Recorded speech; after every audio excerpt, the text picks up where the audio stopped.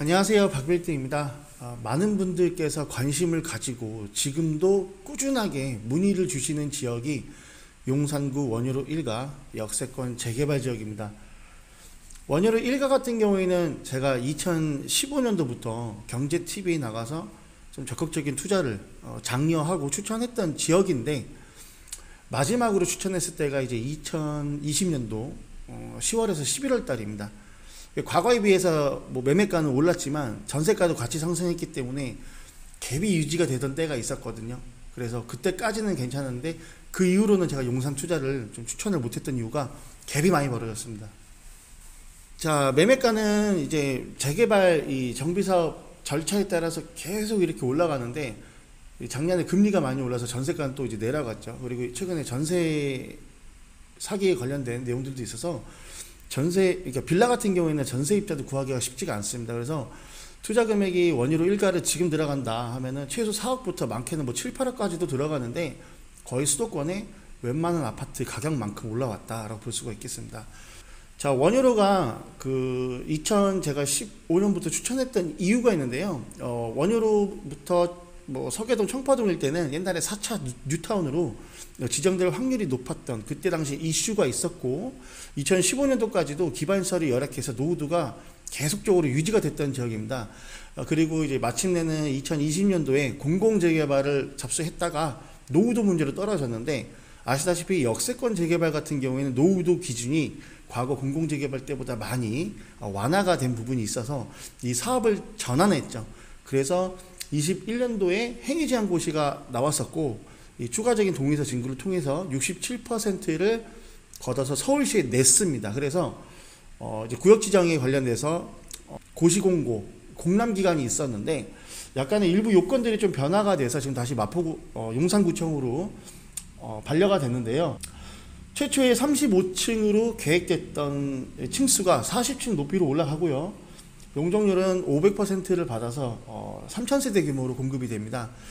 각 지하철역마다 지구 중심이냐 지역 중심이냐 광역 중심이냐에 따라서 역세권 재개발도 500에서 많게 700%까지 용적률을 적용을 받는데, 원효로 1가는 500% 받아서 지금 진행이 되고요.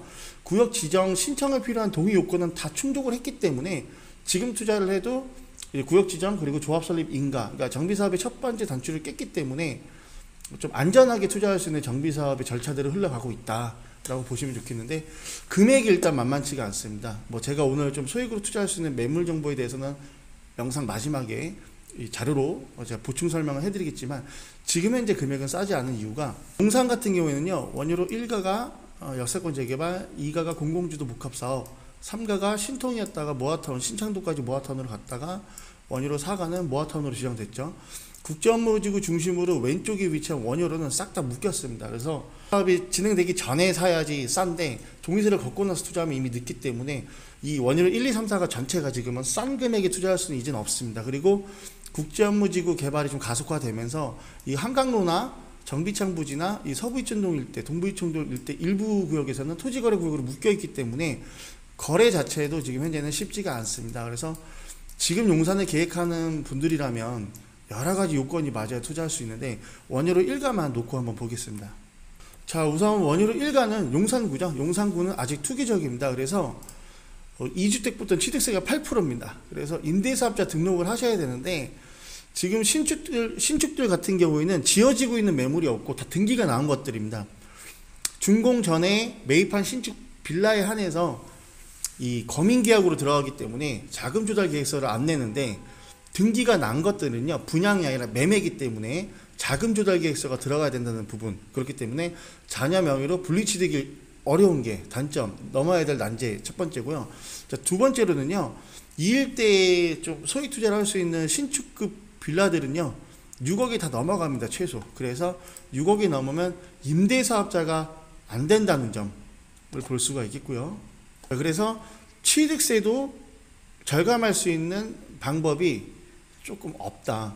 임대사업자를 낼 수도 없고 자녀 명의로 분리취득하다니 다 실거래 신고 대상밖에 없기 때문에 일단 어렵다는 부분, 그리고 갭도 많이 들어가니까 예전처럼 물건이 있어도 쉽게 담을 수가 없다는 부분이 있겠습니다. 자, 원효로 1가와 마찬가지로 효창동도 제가 유튜브에서 많이 언급했던 지역이죠. 1년터울로 원효로 1가가 먼저 시작했고 1년터울로 늦게 효창동도 구역지정에 임박할 것으로 보입니다. 그래서 용산구 일대는 웬만한 지역들은 다 이제 정비사업 묶일 만한 데는 묶였고, 신통 같은 경우에는 좀 경쟁률이 치열하죠. 그래서 역세권 재개발처럼 좀 권리 선정에 약간 여유가 있고 조금 더 중심지 입지로 투자하고자 하시는 분들이 많은데, 이런 부분들을 잘 파악해서 난제들을 풀어가고 난 후에 이제 매입을 하시면 좋겠고, 제가 오늘 추천해 드릴 만한 매물 정보는요, 10년 된 빌라입니다.